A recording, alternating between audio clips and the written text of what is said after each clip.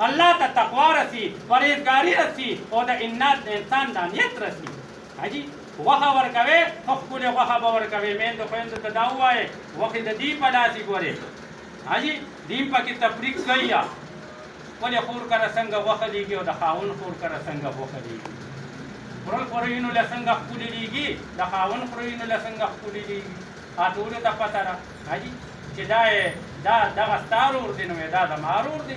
چې خپل ورور کره چې ما نو غوښه پسته لیږي نو راډوکي زما په ورور په نصیب کې، دا چیمبړې او دا وازده زما د ورور په نصیب کې ورسېده.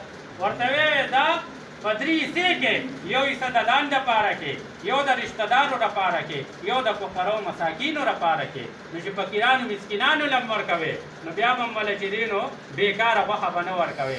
ښکلې غوښه ورکه، لږه ورکه خو ښکلې ورکه چې الله سره دې ښکلې حصه وشي.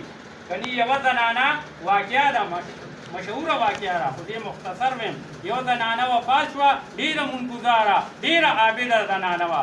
لور په خوب کې ولیدله چې د جهنم په کناره باندې ناسته ده، جهنم ته غورځېدلې نه ده خو په غاړه یې وله ټکانه مقرر کړې ده. د جهنم هغه لوګي هم پرې راځي او د جهنم هغه تپ هم پرې راځي.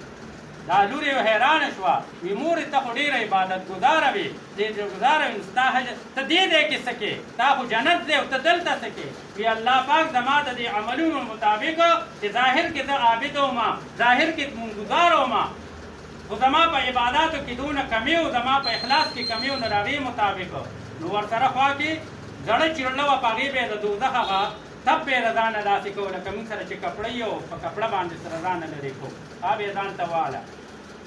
غوښه هم ورسره پرته ده، بلکل زړه غوښه ده چې بیخي لکه هغه د ځناورو د خوراک غوښه داسې زړه پرته ده. ورته یې مورې داسې وي، دا مې یو ورځ یو فقیر مسکینه زنانه راله، نو ما وله د ټولو کې زړه جوړه چې زما صندوق کې وه چې زما د اغوستو نه وه، دا مې وله ورکړې وه. وي هغه زړه جامه دلته هم ماته مې ورکړه. وي دا غوښه څه دي؟ وي دا د قربانۍ په وخت کې یو چا کره مې غوښه لېږله، غریب کور و، هغې کره مې غوښه لېږله، ټولو کې بېکاره غوښه چې موږ هم نه خوړه نو هغه مې هغې ته ولېږله. وي دا هغه غوښه راته مې ورکړه.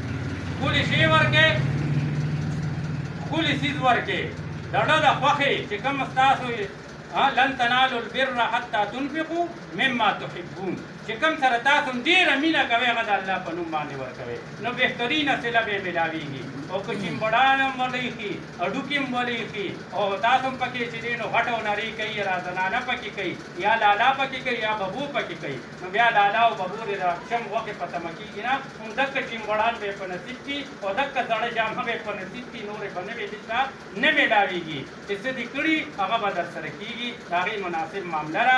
نو الله دې ما او تاسو له توفیق راکړي د دې خپلو ملګرو چې څوک ستاسو په ښه باندې راغی، د ده ملا مضبوطه کړې، د ده مټې جوړ شي او ده له آینده لپاره داسې په داسې ښو نمبرو باندې مخکې کې چې ټول ترقیاتي فند راځي چې د کمیشنو په بنیاد باندې نه، چې هغې کې 100 راغلي چې 100 په قوم باندې لګي، چې د ناظم صاحب خپله تنخوا وي نو هغه تنخوا باندې دې ګزاره وکړي، خو د قوم په دې 100 کې د ځان د کمیشن نه وباسي.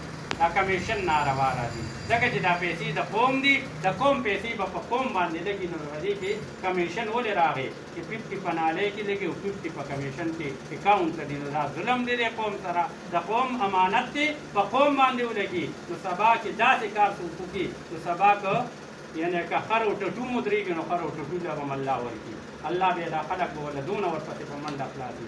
او که مونږ هیره پیري وکړه د دې غلط استعمال هم وکړو نو الله سره بیا مقام شته دی، نو دنیا کې به هم دا قوم سره ټیټه کړي او قیامت کې به هم الله سره ټیټه کړي. الله دې ټولو نه مونږ ټول به کوشش کوئ دعا وکړي.